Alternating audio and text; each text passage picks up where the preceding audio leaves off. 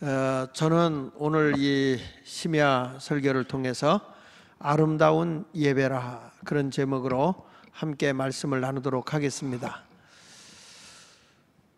이제 어느덧 12월 달이 돼서 이제 금년 2021년 마지막 달에 우리가 또 모든 것을 다시 한번 계산해보고 또 결산해보고 또 내년을 준비해야 되는, 모든 것을 마무리 짓고 내년해를 새로운 각오, 새로운 그런 어떤 계획, 이런 것을 통해서 새롭게 진행해야 할 그런 때가 되지 않았나 생각합니다. 우리는 하나님이 나의 예배를 받아주는 그런 아름다운 예배가 있어야 되겠는데, 저는 이 성경을 통해서 보면 이 가인과 아벨이라고 하는 사람은 하나님이 창조하고 인간에 의해서 새롭게 이제 세상에 출생한 1세대죠. 1세대. 그렇죠? 아담과 하와를 만들어 놓고, 우스개로 얘기하는 게 아담과 하와 중에 하와가 굉장히 행복했을 것이다. 그 이유는 시부모가 없었기 때문이다. 그러니까 하나님이 딱 만들어 놓고 그냥 자기들만 울면 살면 되니까. 그러니까 어른이 없으니까 선악과를 따먹는 거예요. 그러니까 어른이 있어야 된다는 거지. 근데 이 창세기 1장을 통해서 우리가 보면 하나님이 창조하신 그 창세기 1장에서 네 가지 단어가 굉장히 중요해요. 네 가지 단어. 첫째가 뭐냐면 하나님이, 그렇죠? 하나님이. 이 하나님이, 그러니까 이 말씀을 통해서 보면 어떤 일이 이루어지고 어떤 것이 만들어지는데 사람이 간섭한 게 아니에요. 그냥 사람은 가만히 있는 거예요. 그러니까 누가 주체가 돼서 이 일을 만드셨느냐? 하나님이. 그 다음에 두 번째 단어가 뭐냐면 이르시되라고 하는 말은 말씀하시기를, 그 말이에요. 그러니까 말씀에는 반드시 뭐가 따라오냐면 결과가 따라와요. 말씀에는 쉽게 말하면 열매가 있다는 거예요. 주님이 어떤 말씀을 하면 어떤 현상들이 나타나요. 그게 하나님의 말씀이에요. 그래서 이 창세기에서 가만히 보면 하나님이, 사람이 아니라 하나님이, 그리고 이르시되 말씀하시니 어떤 것들이 이루어졌다, 그 말이에요. 하나님이 말씀하니까 열매들이 나타나더라. 그리고 세 번째는 뭐냐면 그대로 되니라. 세 번째 단어가 그대로 되니라. 그러니까 하나님이 이르시니까, 하나님이 말씀하시니까 말씀한 대로 그대로 되니라. 그러니까 여러분, 신앙생활 할 때 중요한 것은 하나님의 말씀은 변함이 없어요. 지금도 하나님의 말씀을 우리가 받아들이면 그 말씀대로 그대로 되는 거예요. 그대로. 하나님의 말씀을 의심하지 말라는 거예요. 하나님의 말씀이 딱 떨어지면 그냥 아멘 하고 받아들이면 그 말씀이 그대로 되니라. 할렐루야. 그러니까 내가 이 산을 명하여 바다 옮겨져라 해도 내가 말하는 것이 이루어질 줄 믿고 마음에 의심하지 아니하면 그대로 되니라. 그대로 되니라. 분명히 주의 말씀 듣고 우리가 그대로 믿고 있으면 그대로 된다는 거예요. 그래서 창세기 1장에서 하시는 말씀이 하나님이 이르시되 뭐라고 그랬어요? 그대로 되니라. 그러니까 창세기 1장 7절에 보니까 우리 하나님이 뭐라고 그랬죠? 궁창을 만들 궁창 아래의 물과 궁창 위의 물을 나누게 하시니 그대로 되니라. 할렐루야. 그 다음에 9절에도 보니까 하나님이 이르시되 천하에 물이 한 곳으로 모이고 묻이 드러나라 하시니 뭐라고 그랬어요? 네, 하나님이 이르시되, 하나님이 말씀하시니 그대로 되니라, 그거예요.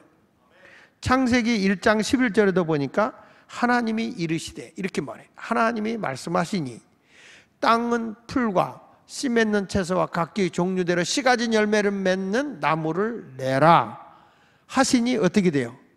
그대로 됐다. 그대로. 또 창세기 1장 15절에도 말씀하잖아요. 광명체들이 하늘의 궁창에서 땅을 비추라 하시니, 하나님이 그냥 이렇게 해라 하시니 어떻게 되니라? 그대로 되니라. 그대로 되니라. 그래서 이 창세기에서는 참 하나님이 이르시되 그대로 되니라. 그래서 어떠냐? 나빴냐? 아니다 이거예요. 하나님이 말씀하신 대로 그대로 됐는데 나쁜 것은 하나도 없다. 그래서 뭐냐면 좋았더라. 그 중요한 단어가 뭐예요? 보시기에 좋았더라. 할렐루야. 그 창세기 1장 10절에도 보니까 하나님이 보시기에 좋았더라. 12절에도 좋았더라. 18절에도 좋았더라. 21절에도 좋았더라. 25절에도 좋았더라. 31절에도 좋았더라. 그러니까 모든 것이 다 뭐냐면 하나님이 보시기에 좋은 거예요. 할렐루야. 그러니까 우리가 세상을 살아가면서 중요한 것이 그겁니다. 하나님이 말씀하시니 그대로 되어서 좋았다. 이게 창세기 1장에서 우리에게 주는 4가지 단어에 굉장히 중요한 단어예요. 그러니까 우리가 살아가면서 하나님이 말씀하시는데 나한테 말씀하셔서 내가 그 말씀대로 그대로 살았더니 결과는 뭐예요? 하나님이 보시기에 좋은 거지. 그러니까 내가 그것이 아니고 자꾸 내 뜻대로 내 고집대로 살아가니까 하나님이 보시기에 좋은 일이 없는 거예요. 근데 우리가 그 말씀대로 살아가면 하나님이 보시기에 좋은 일들이 많이 생긴다는 거예요. 그 창세기를 이렇게 쭉 훑어보면서 그래서 1장부터 11장까지 내용을 보면은 4가지 사건이 딱 나와요. 창세기를. 그게 뭐냐면 천지창조, 하나님이 창조하셨다는 거. 두 번째로는 인간의 타락, 뱀의 유혹을 받아서 인간이 하나님 말씀을 불순종함으로 죄가 들어왔죠. 자, 하나님의 말씀이 와서 내가 그 말씀대로 순종했더니 그대로 되어서 보시기가 좋았는데 하나님의 말씀을 불순종하니까 인간에게 뭐가 오냐면 불행이 오는 거야. 그래서 좋았던 것들을 다 잃어버려. 죄를 범하면 좋은 것을 다 잃어버려. 그러니까 하나님이 보시기에 좋은 게 아니라 하나님이 보시기에 악한 거예요. 우리는 신앙생활할 때 이 인간의 타락된 뒤에부터 보면 인간이 계속 못된 길로 가는데 하나님이 보시기에 좋질 않아. 그래서 하나님 그때부터 심판을 하는 거예요.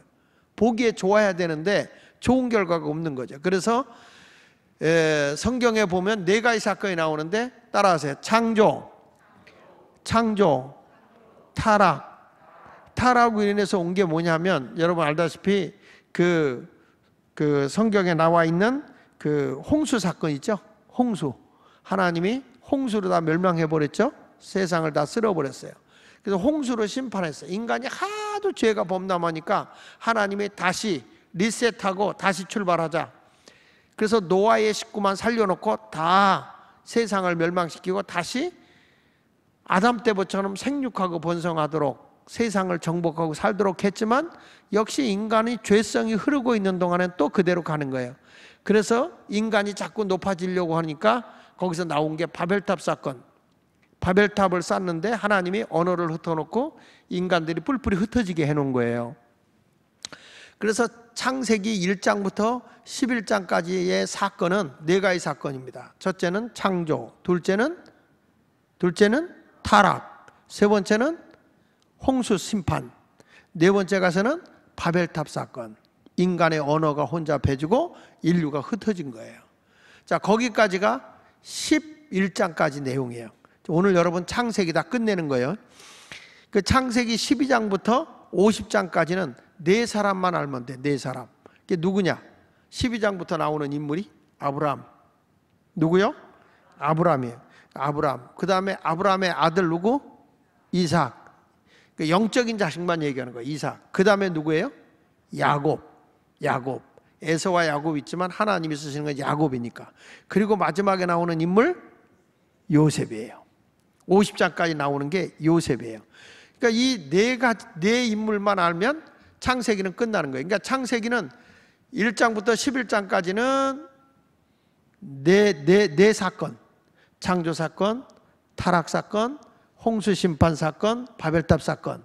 12장부터 50장까지는 4사람. 아브라함, 이삭, 야곱, 요셉. 요 4사람만 알게 되면 우리가 다 하나님이 이렇게 세상을 이렇게 해서 이렇게 진행됐구나 하는 것을 알게 되는 거죠. 저는 이 사건을 보면서 이 창세기에 일어난 사건들을 보면서 깨닫는 게 뭐냐면 하나님이 아름답게, 하나님이 보시기에 좋은 세상을, 이 만들어 놓은 이 세상을 인간이 다 뒤집어 버린 거예요. 사람들이 죄를 범하고 다 뒤집어 놓아서 하나님의 심판을 받게 된 거란 말이에요. 그래서 우리 하나님이 아브라함을 선택하셔가지고 믿음의 조상을 세우고, 그 다음에 저들의 백성을 통해서 다윗의 혈통에서 메시아가 출생하게 될 것이고, 그 메시아를 통해서 인류를 구원하고자 한 것이 하나님의 계획이셨습니다. 그러니까 결국에 이 세상을 뭘 하려고 하냐면, 하나님은 타락하기 이전의 세상으로 다시 한번 회복하기 위해서 우리 하나님은 독생자 예수 그리스도를 이 땅에 보내주신 거예요. 그러니까 이 성탄절을 맞이해서, 우리가 대강절을 맞이해서 예수님의 그 기다리는 것은 바로 예수님이 오셔야만 죄인된 인간들의 가슴에 감격도 있고 기쁨도 있고 사랑도 있고 눈물도 있는 거예요. 그런데 예수가 없으면 사람들이 점점 피폐해지고 잔인해지고 악해지는 거예요. 진정으로 예수님을 만나고 하나님의 은혜 속에 우리가 살아가야 그 속에서 내 감정도 부드러운 감정, 따뜻한 사랑, 그리고 모든 것에 대한 포용을 하는 이해력, 이런 것들이 다 우리 속에 나오게 되는 것을 우리는 꼭 기억해야 합니다. 그러니까 예수 없이는 우리가 어떤 관계성도 사랑으로 맺어지기가 어려워요. 근데 일반적인 그 욕심적인 사랑이 아니라 하나님과의 영적인 관계 속에서 깊은 사랑이 있어야 돼. 이 사랑의 관계가 맺어져야 원수까지도 사랑할 수 있는 것이고, 미워하는 사람도 선대할 수 있는 것이고, 저주하는 사람을 위해서도 축복할 수 있는 거예요. 그런 것이 우리들에게 주님의 깊은 사랑의 관계가 이루어져야 되는 거거든요. 근데 그 가운데에서 우리가 이제 하나님이 1세대를 이제 아담과 하와를 통해서 출생시켰는데, 그 사람이 이제 가인과 아벨이 이제 오늘 본문에서 나오는 거예요. 근데 이 가인과 아벨에게서 1세대에서 우리가 끊어지지 않고 바른 관계를 가지고 살아야 되는 게 뭐냐면 예배예요. 예배. 하나님이 받으시는 예배. 그러니까 이들이 농사를 진 사람, 그 다음에 목축업을 한 사람, 가인은 농사를 지은 걸 가지고 하나님께 예배를 했고, 그리고 아벨이라고 하는 사람은 자기는 목축업자니까 목축업자인 그 가축을 통해서 하나님께 예물을 드리고, 그리고 예배를 드렸다. 예배를 드렸는데 가인의 예배는 하나님이 받지를 않으셨지만 아벨의 예배는 하나님이 받으셨다는 거예요. 그래서 아벨이 화가 난 거예요. 아니, 가인이 화가 났죠. 화가 나니까 하나님은 왜 내 예배를 안 받는 거야? 이제 인간의 죄성이 드러나는 거죠. 자, 이것을 보면서 저는 이 가인은 어떤 예배를 드렸을까라고 생각해 보면, 그냥 하나님을 기쁘게 하는 예배를 드리지는 못하고 자기 마음에 맞게끔, 내 기분에 맞게끔 내가 최선을 다하면 되겠지라고 하는 생각 속에서 자기 생각대로 예배를 드린 거예요. 그러니까 내가 하나님께 드려진 예배를 하나님이 그냥 받아 먹어라 이거야. 자기중심적인 예배죠. 하나님 마음에 맞는 하나님 중심의 예배가 아니라 자기 중심의 예배를 드린 거예요. 그러니까 이 가인은 내 뜻이 안 이루어지니까 화가 나는 거예요. 하나님 중심으로 하다가 하나님 받지 않았으면, 아, 내가 하나님 앞에 부족한 것이 있구나, 그리고 회개해야 되는데, 아니 내가 준 대로 받아 먹지 뭐 왜 안 받아 먹냐, 이런 식이잖아요. 가인은요, 자기 중심의 신앙의 예배를 드린 것 때문에 죄가 오게 된 겁니다. 신앙은 언제나 하나님 중심으로 가야지 내 중심으로 가면 안 돼요. 그러니까 하나님 앞에 예배드려서 내가 드린 대로 먹고 떨어져라, 이런 식이죠.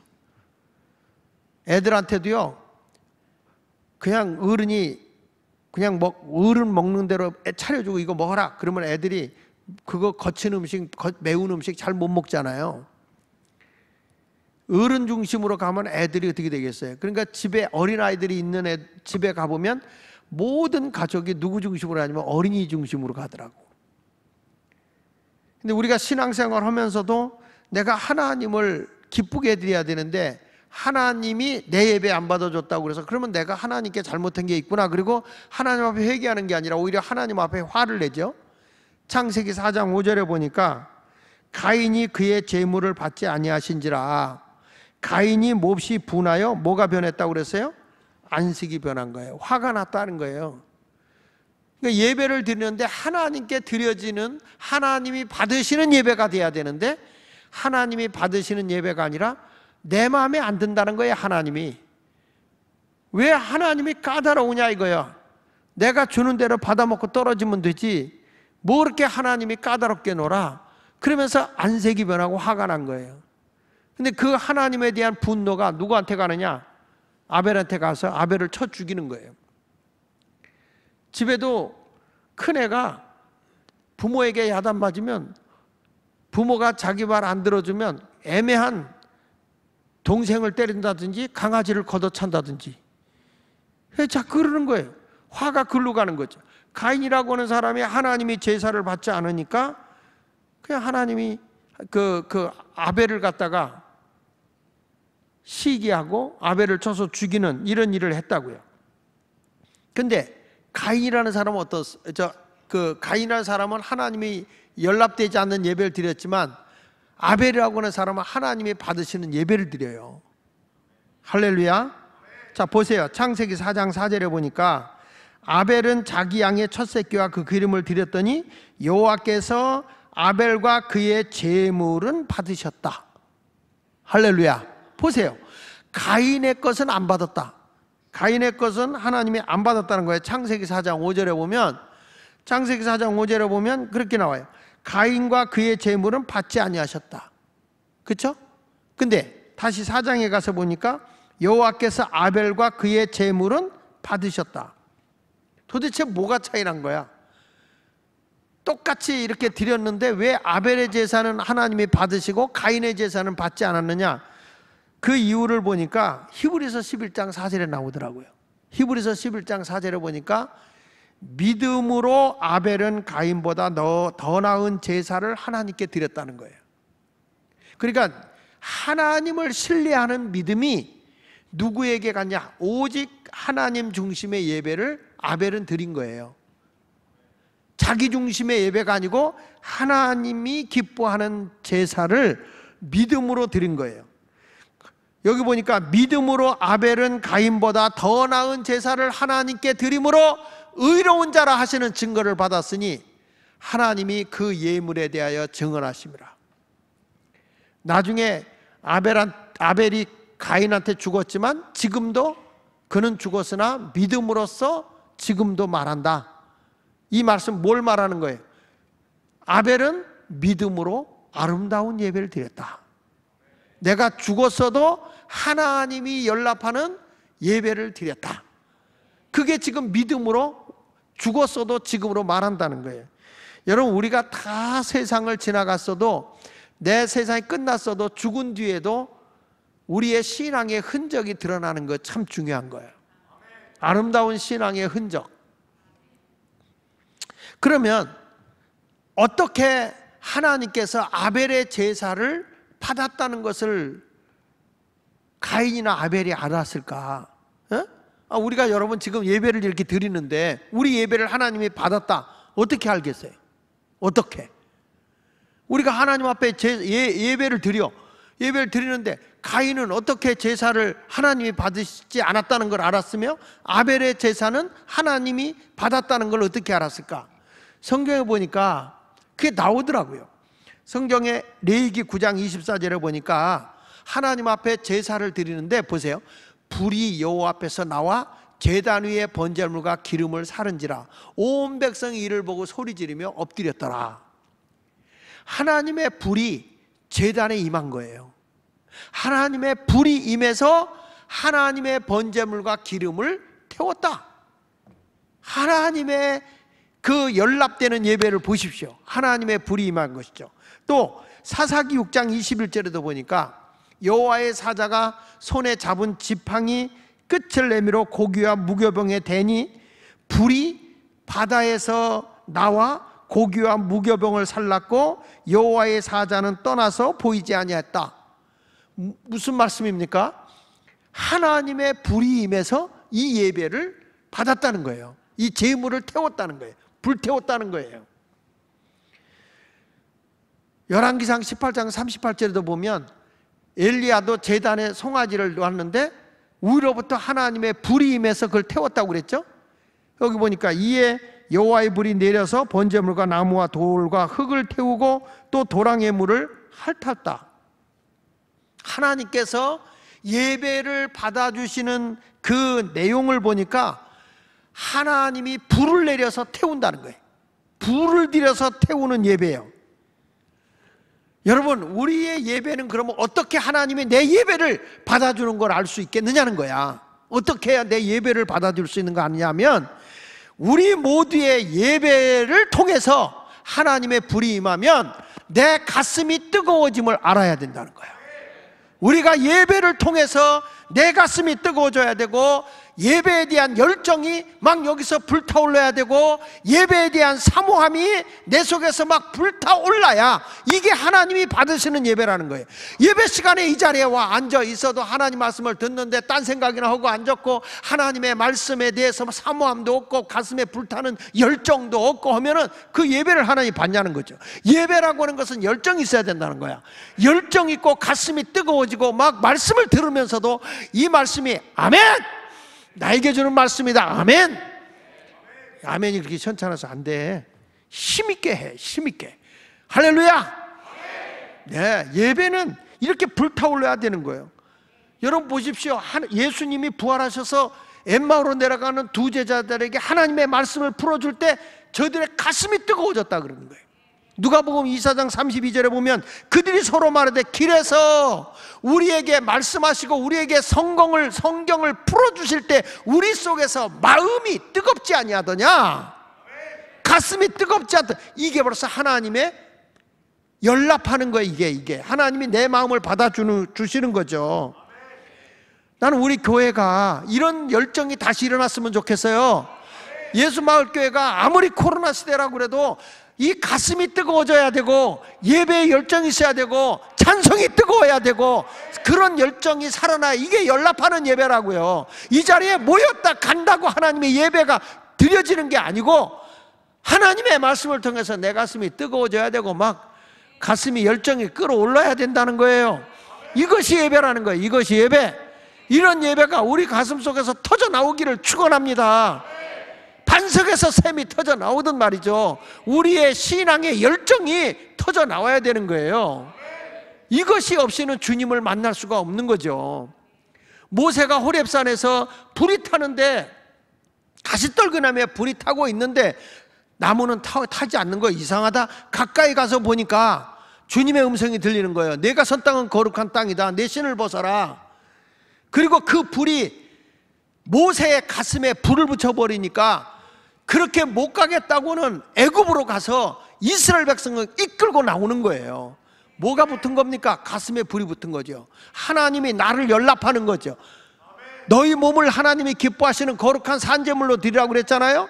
내 마음에 불이 붙어야 될 거 아니에요. 하나님의 제물로 내 속에 불이 붙어져야만 하나님께 드려지는 제물이 아닙니까? 이런 예배를 주님이 원하신다는 거예요. 우리 아름다운 예배가 뭐냐? 예수마을교회 갔더니 찬송이 뜨겁고 성도들이 다 불이야, 불. 그 교회 갔더니 그냥 아멘 소리가, 교회가 무너지려고 그래. 예, 이렇게 뭔가 열정 있는 교회가 하나님이 연락하는 예배라는 거예요. 믿으시면 아멘. 그런 의미로 우리 184장 불길 같은 주성령 찬송을 한번 뜨겁게 부르는데, 여러분 하나님이 연락하는 예배를 드립시다. 하나님이 연락하는 예배, 하나님이 받으시는 예배. 우리 예배를 하나님이 받으셨어. 오늘 내 예배를 하나님이 받으셨어.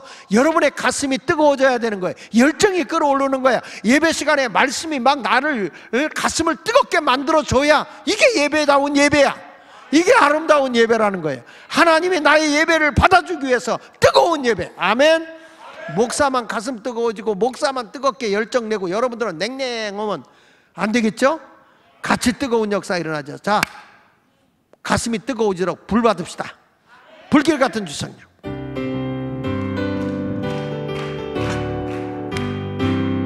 불길 길 같은 주 성령 강구하는 우리에게 지금 강림하셔서 영광 보여주소서. 성령이여 임하사 우리 영의 소원을 만족하게 하소서.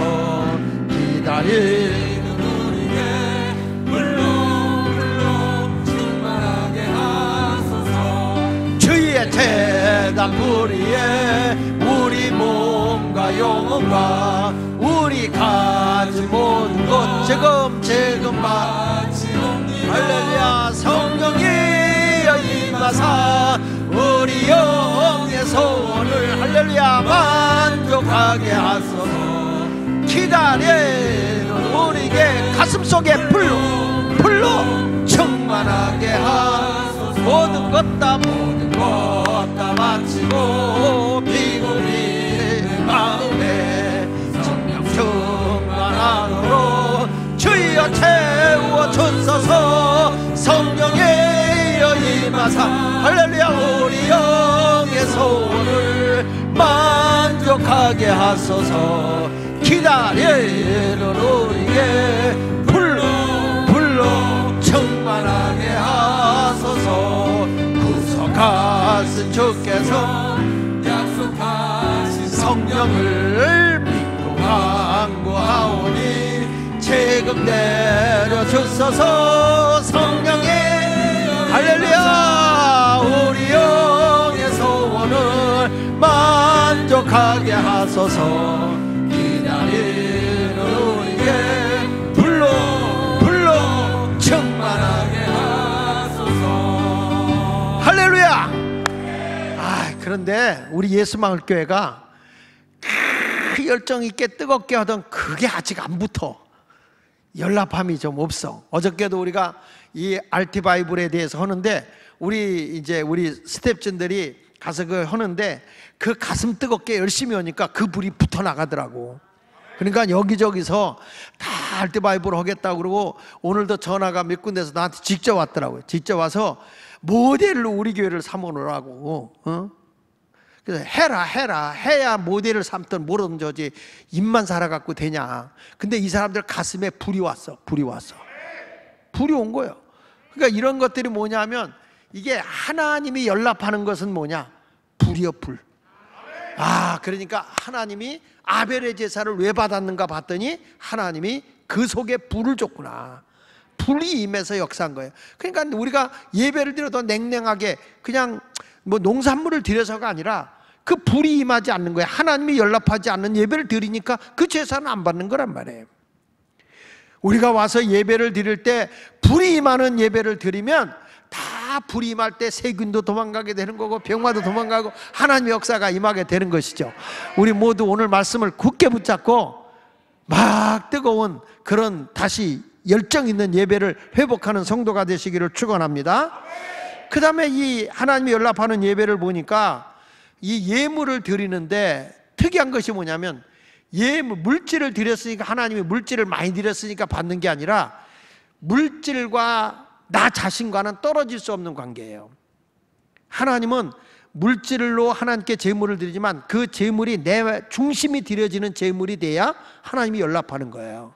자 보세요. 창세기 4장 4절부터 다시 보니까 아벨은 자기도 양의 첫 새끼와 그 기름으로 드렸더니 여호와께서 보세요. 누구와? 아벨과 그의 제물은 받으셨다. 그렇죠? 아벨과 제물을 받은 거야. 그러니까 제물과 아벨은 하나야. 그 제물 속에는 뭐가 들어있다는 거예요? 내 마음, 정성, 내 희생 다 그 속에 들어있다는 거예요. 할렐루야. 그러니까 우리가 하나님 먹고 떨어져라. 내 마음이 거기 없어. 내 정성이 거기 없어. 그러니까 이것을 하나님 연락하지 않는 거예요. 보세요. 가인은 뭐라고 그러냐면 가인과 그의 제물은 받지 않았다 그러잖아요. 제물만 안 받은 게 아니고 하나님이 뭘 안 받았어? 가인의 예배를 안 받았다는 거예요. 그래서 우리가 하나님 앞에는 두 가지가 같이 가야 돼. 내 중심이 드려진 제물. 아멘. 제물은 가는데 내 중심이 없다. 하나님이 연락하지 않는 것이죠. 그러니까 가인이 화를 내잖아요. 우리는 기억하십시오. 고린도 교회 성도들이 하나님 앞에 온전한 예배를 드린 게 뭡니까? 먼저 자신을 하나님께 드렸다는 거예요. 그리고 저들이 예루살렘 교회를 위해서 예물을 보냈다는 거예요. 고린도후서 8장 5절에 보니까 우리가 바라던 것뿐 아니라 그들이 먼저 자신을 주께 드리고 또 하나님의 뜻을 따라 우리에게 주었도다. 뭘 주었다는 거예요? 구제비를 보내줬다는 거예요. 예루살렘 교회가 어려움이 왔다, 그러니까 그 교회가 헌금을 해줬다는 거예요. 자신의 몸을 먼저 드렸다는 거죠. 우리가 교회 와서 예배 드린다고 할 때 그냥 예배 순서 되니까 헌금 드렸다, 그 헌금을 하나님이 받으시겠어요? 여러분, 나와 헌금이 같이 일치가 돼야 되는 거야. 그러니까 물질 있는 곳에 내 마음이 있어야 되는 거야. 중심이 들여져야 되는 거죠. 그것이 없으면 하나님이 연락할 수가 없는 거예요. 그러니까 하나님과 하나님 앞에 내가 드리는 제물, 예배 드리는 자는 별개가 아니다. 예배자와 제물은 하나다. 아멘. 그것이 드려지지 않으면 하나님이 안 받은 거예요. 그러니까 중심이 어디 있냐는 거예요. 내가 이거 정말 내가 최선을 다해서 하나님 앞에 온전히 예배 드리는 겁니다. 이걸 하나님이 받으시는다고요. 근데 중심이 하나님께 가 있지 않으니까 아무리 예배를 드려도 하나님이 예배를 안 받으세요. 보세요. 시편 51편 16절로 17절에 보니까 주께서는 제사를 기뻐하지 않는다. 그렇지 아니하니 내가 드렸을 것이라. 뭐냐면 내가 물질만 드리고 하나님 예배를 받으면 내가 그러면 예배 드려지. 주는 번제를 기뻐하지 않더라. 그게 다윗이 하는 얘기야. 내가 하나님 앞에 막 예배를 드리고 헌금을 드려도 하나님 그거 원하지 않더라. 하나님이 원하는 게 뭐냐? 17절에 하나님께서 구하는 제사는 상한 심령이다. 하나님이여 상하고 통회하는 마음을 주께서 멸시하지 아니하시니라. 내가 하나님의 뜻대로 살지 못한 걸 가슴 아파하면서 회개하며 회개 예물을 드릴 때 하나님이 받는 거야. 아멘? 그러니까 그것이 없이 그냥 하나님 내가 예물 드리고 하나님 이거 먹고 떨어, 가인과 같이 먹고 떨어져라 이런 식으로 되니까 예배를 안 받으시는 거예요. 그 속에는 내 중심이 들여져야 되는 거예요. 내 모든 정성이 다 거기에 담겨져서 오직 주님을 사랑하는 마음, 주님께 내가 잘못 살아온 건 회개하는 마음, 어떻게 하면 내가 우리 주님을 마음을 다하고 뜻을 다하고 성품을 다해 하나님을 사랑할까? 그런 마음을 다 거기다 담아서 예배를 드려야 하나님이 그 사람과 그 예물을 받으시는 거지. 돈만 갖다 드리면 뭐 하나님이 최고로 하나? 마음이 가야지. 얼굴만 예쁘다고 이 여잔가? 마음이 고와야지. 찬송가도 있는 얘기야. 아니 내가 시집 갔다고 여잔가? 갑돌이 갑순이 봐요. 안 그런 척 했더래요. 그까짓 것 했더래요. 그러잖아. 그렇잖아요. 둘이는 서로 사랑했는데 남한테 시집 가고 남한테 장가 갔어. 첫날 밤에 달 보고 울고 한없이 울고 안 그런 척 했더래요. 옆에 있는 그 남자는 뭐며 옆에 있는 그 여자는 뭐냐 이거지. 불쌍하잖아. 이거 잘못된 거 아닙니까? 우리가 예배를 그런 식으로 드리는 거 아니에요? 내 마음과 내 뜻이 오직 하나님을 향해야지. 일치가 돼야지. 하나님보다 세상을 더 사랑하거나 하나님보다 물질을 더 사랑하고 있다면 그게 하나님이 내 예배를 받아줄 리가 없죠. 그리고 우리 주님은 내가 하나님을 사랑하는 마음으로 악을 행하지 말고 선을 행하면서 삶 속에서 온전한 예배가 드려져야 될 줄 믿습니다. 창세기 4장 7절에 네가 선을 행하면 어찌 낯을 들지 못하겠느냐. 선을 행하지 아니하면 죄가 문에 엎드렸느니라. 죄가 너를 원하나 너는 죄를 다스려라. 뭘로 다스리라는 거예요? 선행을 해라. 화가 난다고 남에게 괴롭히지 마라. 가인에게 얘기하는 거예요. 우리 예수 믿는 사람은요, 내가 진정으로 하나님께 온전한 예배를 드린다고 할 때 몸으로 선을 행하고 그리고 나눠주는 예배를 드려야 돼. 히브리서 13장 16절에 보세요. 같이 읽어볼게요. 시작.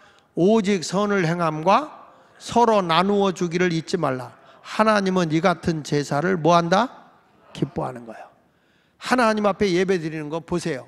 거기에 선행이 담겨져 있어야 되고 물질 가지고 나눔을 베풀 줄 알고 이런 예배를 받는 거예요. 예배라고 하는 것은 교회 와서만 예배만이 아니라 삶 속에서도 예배가 되어야 되는 거예요.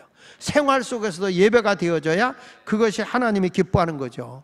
여러분 성탄절이에요. 크리스마스예요. 크리스마스가 되면 우리가 작년같이 미리 12월 달은 우리가 어려운 사람한테 라면 한 박스라도 떡국이라도 우리가 하나 대접하겠다. 예수님의 심정으로 어려움에 있는 사람에게 대접하겠다. 그런 마음으로 우리가 또 준비해서 쌓아드리자고. 여기서 그래서 트리가 중요한 게 아니고 우리가 쌀도 나누고, 우리가 이제 25일 되면 지역에 쌀도 나누고 교회적으로도 하지만 우리 성도님들이 다 한 사람 한 사람이 나누는 거예요. 없는 중에도 나누는 거예요. 우리 하나님은 그런 예배를 좋아하세요. 믿습니까? 이것이 바로 하나님이 드리는 영적 예배예요. 영적 예배. 로마서 12장 1절에 우리 잘 아는 거잖아요. 그러므로 형제들아, 하나님의 모든 자비하심으로 너희를 권하니 너희 몸을 하나님이 기뻐하시는 거룩한 산제물로 드려라. 내 몸이 하나님께 제물로 드려져라. 온전한 제사를 드리라는 거죠. 그럼 뭘로 제물로 드린가? 선을 행하고 나눔의 삶을 살아라. 그것이 하나님 앞에 드릴 영적 예배다. 이렇게 말씀하는 거예요. 우리 예수를 믿는 사람은 이렇게 하나님께 너무너무 아름다운 예배를 드리는 것은 삶 속에서, 생활 속에서 온전히 드려지는 예배가 되어져야 할 줄로 믿습니다. 교회 와서 사역을 하고 열심히 예배를 드린다고 하는데 거기서 이렇게 선을 행하고 그리고 이렇게 나눔의 삶을 이렇게 베풀면서 해야 되는데, 선행보다는 자꾸 자기 어떤 기분으로 신앙생활하고 기분으로 예배를 드리고 이런 예배를 드리니까 하나님이 연락하지 않는 거란 말이에요. 여러분 모두는 하나님이 연락하는 예배를 드릴 수 있기를 바랍니다. 두 번째 가서 뭐가 나오냐면, 하나님이 기뻐하는 예배 생활은, 다시 말씀하지만 예배 생활은 물질과 함께 자신을 드리는 거야. 내 자신을. 따라합시다. 자신을 드리자. 예. 성경에 보면은 자기의 전부를 드린 사람이 있어. 자기 자신의 생애를 드린 거예요. 그게 누구냐? 우리가 마가복음 12장 41절에 보면 예수님께서 이 헌금을 하는 것을 보고 있어요. 예수께서 헌금함을 대하여 앉으사 무리가 어떻게 헌금함에 돋는가를 보시고 있어요. 예수님이 이렇게 앉아서 헌금함을 보고 계셔. 이렇게 헌금함을 보시면서 어떻게 저들이 헌금을 하는가 하고 보고 있는 거예요.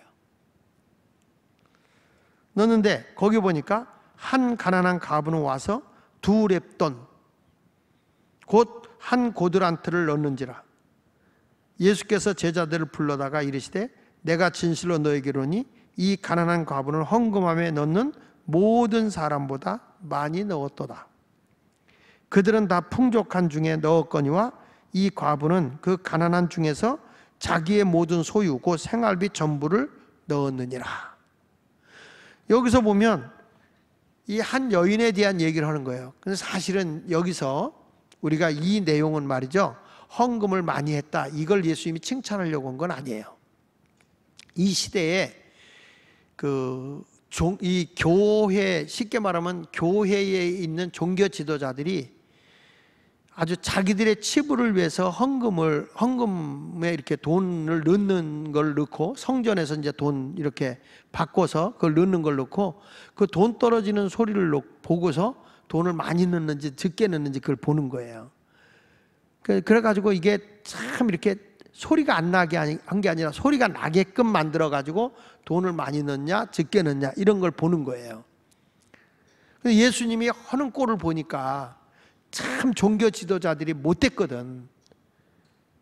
이것을 보면서 예수님이 쭉 보면서 사람의 숫자로 보니까 헌금을 많이 한 사람 있고 헌금을 적게 했는데, 여기 보면 아주 지극히 적은 돈을 낸 사람이 누구냐면 한 가난한 과부야.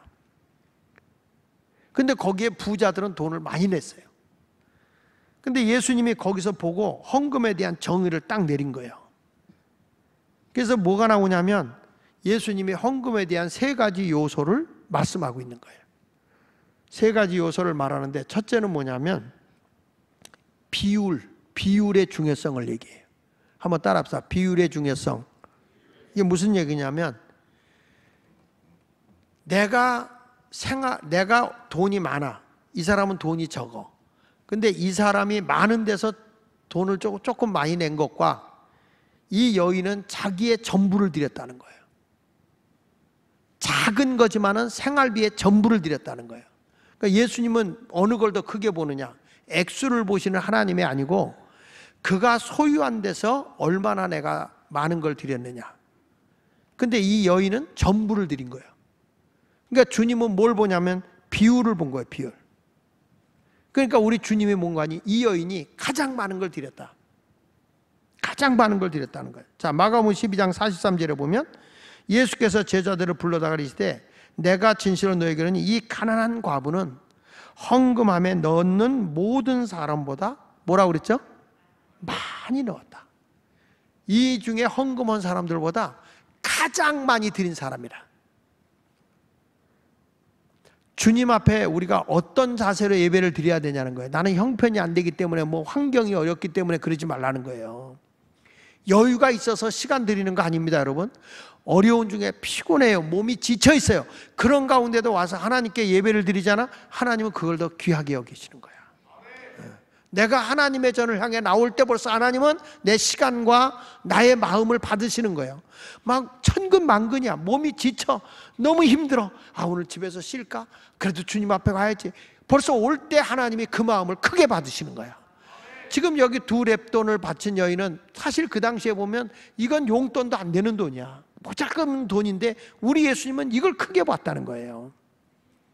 우리 주님은 많이 가진 데서 많이 내는 것보다 내가 얼마나 최선을 다하느냐, 주님은 그걸 보는 거예요. 그래서 비율을 중요시 봤다.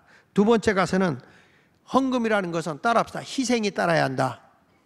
희생이 따라야 돼요. 그러니까 할 만하니까 하는 게 아니고 할 수 없는 중에 최선을 다하는 거예요. 우리 주님은 그걸 크게 봤다는 거야. 보십시오. 12장 44절에 보니까 마가복음 같이 읽어봅니다. 시작. 그들은 다 풍족한 중에 넣었거니와 그랬잖아요. 여유가 있는 데서 넣었거니와. 그 다음에 뭐라 그랬어요? 이 과부는 가난한 중에서 자기의 모든 소유 곧 생활비 전부를 넣었다. 이렇게 말하잖아요, 주님이.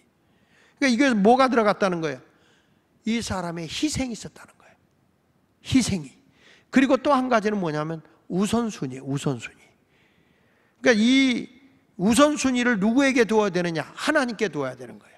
우리가 헌금할 때에 그 예수님이 말씀하는 내용에서 뭐 3가지라는데 비율, 그 다음에 희생, 세 번째 나보다 하나님 우선주의, 이걸 요구하는 거예요. 과부는 자신의 생활비보다 먼저 하나님을 택한 거예요. 그래서 하나님께 드린 거예요. 먼저 하나님께. 자기 집에 먹고 사는 문제보다, 자기가 쓰는 문제보다 우선순위를 어디에 뒀어요? 하나님께 둔 거예요. 여러분, 사르밧 과부가 마지막 먹고 죽을 수밖에 없는데 엘리야를 대접해요. 그게 무슨 얘기냐? 우선순위를 하나님께 뒀다 이 말이야. 그랬더니 이 사람이 흉년이 끝날 때까지 하나님은 경제적 부흥을 주는 거예요. 물질이 떨어지지 않도록 하나님이 채워주는 거예요. 어린아기가 자기가 배가 고파, 저녁이야. 그런데 최고 마지막까지 갖고 있던 보리떡 5개, 물고기 2마리 예수님께 드렸다는 거예요. 우선순위를 자기가 아니라 주님께 드렸다는 거예요. 그것이 기적을 이루어서 거기 있는 모든 사람을 다 배불리 먹고 남기는 거죠. 믿으시면 아멘 하세요. 교회도 똑같아요. 교회도 보면 여유가 있어서 우리가 하는 분들은 별로 없어요. 어려운 중에 최선을 다해서 하나님의 교회가 살아 움직이는 거예요. 그런데 우리 하나님은 그것을 보면서 받으시더라 그 말이야. 받으시더라. 우리 모두 이런 것을 기억하면서 아, 예배라고 하는 게 뭔가, 예배라는 것은 딴 데 있는 게 아니라 내 자신의 모든 삶의 전부를 드리는 거구나. 물질만 떨랑 드리는 게 아니라 삶의 전부를 주님께 드리는 게, 그게 바로 온전한 예배구나. 그러니까 쉽게 말하면 물질을 드리는 게 아니라 내 자신의 모든 걸 드리는 거예요. 그게 예배인 거예요. 할렐루야. 근데 성경에 또 하나의 여인이 나오잖아요. 여러분, 우리가 잘 아는 옥합을 깨트려서 드린 여인이 나와요. 마가복음 14장 3절 이하에 보면은 옥합을 깨트려서 예수님께 드린 여인이 있어요. 거기 보니까 자기가 지금까지 모았던 것을 한 번에 그냥 깨트려서 예수님께 그냥 기름을 쏟아 부어드렸다고 그랬어요. 몽땅 드린 거죠. 몽땅. 자, 마가복음 14장 3절부터 보니까 예수께서 베다니 나병 환자 시몬 집에 식사하실 때 한 여자가 매우 값진 향유, 싸구려가 아니야. 자기 생애 전부를 모은 아주 비싼 향유예요. 이게 이제 그 저축의 방법이었으니까 순전한 나드 한 옥합을 가지고 와서 그 옥합, 그 비싼 일생을 모아놓은 그 옥합을 한 번에 깨트렸어요. 찔끔 따라드린 게 아니라 깨트려가지고 그냥 예수의 머리에 부었다 그랬어요. 부어드렸다. 그러니까 몽땅 드린 거예요. 몽땅. 그랬더니 주변에서 이 헌신하는 사람을 보고 화를 내는 거예요. 어떤 사람들이 화를 내 서로 말하되 어찌하여 이 향유를 허비하는가? 이 향유를 300데나리온 이상 팔아 가난한 자들에게 줄 수 있겠다 하며 그 여자를 책망하는 거예요. 여러분, 얼마나 이게 큰 액수인지 알죠? 하루의 품삯이 한 데나리온이니까 300데나리온은 1년치예요. 1년치. 약 1년치의 생활비를 이거를 한 번에 다 예수님께 깨트려 드린 거예요. 이 쉬운 게 아니거든요. 그런데 이 제자들은 뭐라고 그럽니까? 왜 허비하느냐? 이거 가난한 사람에게 나눠주지. 주변 사람들이 싫어할 정도로 예수님께 한 번에 모든 걸 몽땅 쏟아 부어 드린 거죠. 그러니까 이 여인은 예수님을 너무너무 사랑하는 거예요. 이게 뭐죠? 아름다운 헌신인 거야. 예수님의 죽음을 앞에 놓고 예수님을 너무너무 사랑해서 자기의 마음을 다 표현한 거죠. 그래서 마가복음 14장 6절에 예수께서 이르시되 가만두라 너희가 어찌하여 그를 괴롭게 하느냐. 제자들이 예수를 괴롭게 하니까 그가 따라합시다. 내게 좋은 일을 하였느니라. 예수님은 칭찬하고 있죠. 이 여인은 가장 좋은 헌신을 했다.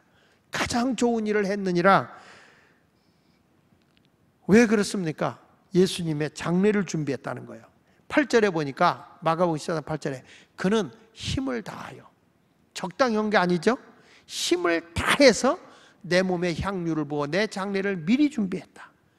예수님을 얼마나 사랑했는지 그가 사랑한 모습이 모든 최선을 다한 거예요. 아주 전부 몽땅 주님께 다 드린 거죠. 이 정도로 사랑을 한 거예요. 그래서 예수님의 장례를 준비했다. 사랑하는 여러분, 예배라는 것은 이런 거예요. 이런 모습으로 드려져야 돼. 내 자신의 전부가 드려지는 거예요. 이게 예배, 이게 하나님이 연락하는 거예요. 이 아벨의 제사가 왜 하나님이 받았을까? 그가 그냥 형식적으로 한 게 아니라는 거예요. 가인은 형식적으로 했겠지만 아벨은 진정으로 하나님이 받으실 만한 아름다운 예배를 드린 거예요. 그러니까 아벨은 죽었으나 지금으로도 믿음으로 말하는 거예요. 할렐루야. 아벨은 죽었으나 지금도 우리에게 야, 예배는 이렇게 드리는 거야, 이게 아름다운 예배야 라고 했잖아요. 근데 이 여인의 한 행위도 복음이 전해되는 것마다 기념이 되게 하라. 마가복음 14장 9절에 보니까 내가 진실로 너희에게 이르노니 온 천하 어디서든지 복음이 전파되는 곳에는 이 여자가 행한 일도 말하여 그를 뭐하게 하라? 기억하게 하라는 거예요. 기억하게 하라. 기억하리라. 이 여인의 행위를 기억하게 하라. 이게 예배다 이 말이야. 역시 아벨은 죽었으나 믿음으로 그의 예배를 말하는 것처럼 이 옥합을 깨트려서 예수님에게 헌신하며 자기의 모든 마음의 전심을 다해서 힘을 다해서 예수님을 사랑하는 이 예배의 모습을 드린 거잖아요. 이것이 기억되게 하라. 복음이 전파되는 곳마다 기억이 되게 하라. 여러분, 이런 예배가 아름다운 예배라는 거야. 우리가 예배를 드리더라도 야, 여러분 은혜를 받잖아. 사람이 은혜를 받으면 예배에 다 오는 거죠. 안 올 수가 없어요. 은혜를 받으니까 오는 거예요. 어제도 보니까 제가 지난 주간에 그 천안에 가서 집회를 하는데 그 교회들이 거의 다 오신 거예요. 두 차로다가 이 세미나에 다 오신 거야. 그리고 또 꿈의 교회에서 한 우리 감리교회 기도회 하는데 감리사들, 감독들 이런데 감독님들이 있는 교회의 교인들을 다 보낸 거예요. 그때 참여했던 분들은. 그러니까 이런 것을 보면서 왜 그게 될까라고 생각해 보면 하여튼 우리가 전심을 다하고 힘을 다하면 그 열정이 그들에게 전해지게 돼 있어요. 우리 예수마을교회는 전해보면 막 우리의 예배 드리고 우리가 뜨겁게 예배 드리는 모습을 보고 주변에 있는 교인들이 은혜 받으러 왔거든. 그 뭘 뭐냐? 우리의 열기, 우리의 뜨거움을 보고 그런 거예요. 우리 예수마을교회에 오면 아주 그런 분들이 있어요. 우리 교회 철회 왔던 분들이 이따금씩 목사 되신 분들이 있더라고요. 근데 그분들이 뭐라고 얘기하냐면 이런 얘기를 한다고.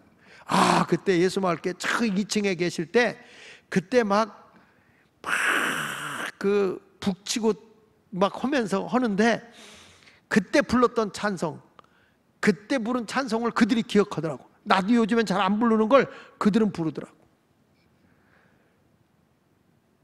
그래서 나는 야, 우리 성도들이 그 정도에 다시 한번 불이 붙어서 이 온기가 여기서 그 불이 임하는 하나님이 연락하는 예배를 다시 한번 우리가 드려야 되겠다. 믿습니까? 할렐루야. 그 지난주에 월요일 날인가요? 그 갑자기 어떤 분이 저를 찾아왔어요. 근데 그분이 이제 자기는 고아로 내가 이제 모신다고 그랬는데 한번 간증하러 오시라고 그랬는데 이분이 고아로 버려진 거예요. 버려졌는데 이제 다리를 조금 저시는데 고아로 버려졌는데 고아원에서 미국으로 이제 입양이 돼서 가신 거예요. 그 입양이 돼서 가셔가지고 거기서 자기가 이제 열심히 공부를 하고 뭐 해가지고 우주 뭐 이런 것들에 대해서 이렇게 연구하는 그런 분이셨는데 지금은 뭘 하냐면 자기같이 불행했던 사람들, 부모 없는 사람들 입양하는 거 그런 일을 자기가 돕고 있다 하면서 그 일을 얘기를 하더라고요. 근데 그분이 뭐라 하냐면 목사님이 지난번에 오셔서 은혜 한인교 미국에서 집회할 때 깨어라 성도요, 그거 할 때 얼마나 뜨겁게 불렀는지, 그 찬송가를 부르는데 얼마나 뜨겁게 부르는데 우리 교회는 지금도 그걸 부른다는 거야. 그걸 부르는데 그걸 부를 때마다 생각나는 사람은 나래. 왜 그럴까요? 그 열정, 그 뜨거움이 그들에게 전달된 거야. 그러니까 그게 기억이 되는 거예요. 여러분, 우리의 신앙생활도 이런 뜨거운 열기가 다시 붙어져야 되는 거야. 그 열기가 붙어가면 나만이 아니라 야, 저 예수마을 교인들은 뭐가 저렇게 힘이 있을까? 무슨 저렇게 뜨거움이 있을까? 이런 열정이 막 바글바글 타올라와야 되겠죠. 할렐루야. 그래서 우리 예수마을 교회는 언제나 모이면 아름다운 하나님이 받아주시는 예배가 있는 교회, 하나님이 연락하는, 하나님이 받으시는 예배가 있는 불타는 교회, 불이 타오르는 교회. 그러면서 성도들의 희생과 자신을 막 하나님 앞에 그냥 뭐랄까 몰빵한다고 그럴까? 다 거기다 헌신하는 성도들, 이런 아름다운 성도들이 넘쳐나기를 축원합니다. 쓸데없는 얘기에 휘둘리지 말고 그냥 하나님을 향한 열정이 끌어올라야 할 줄로 믿습니다.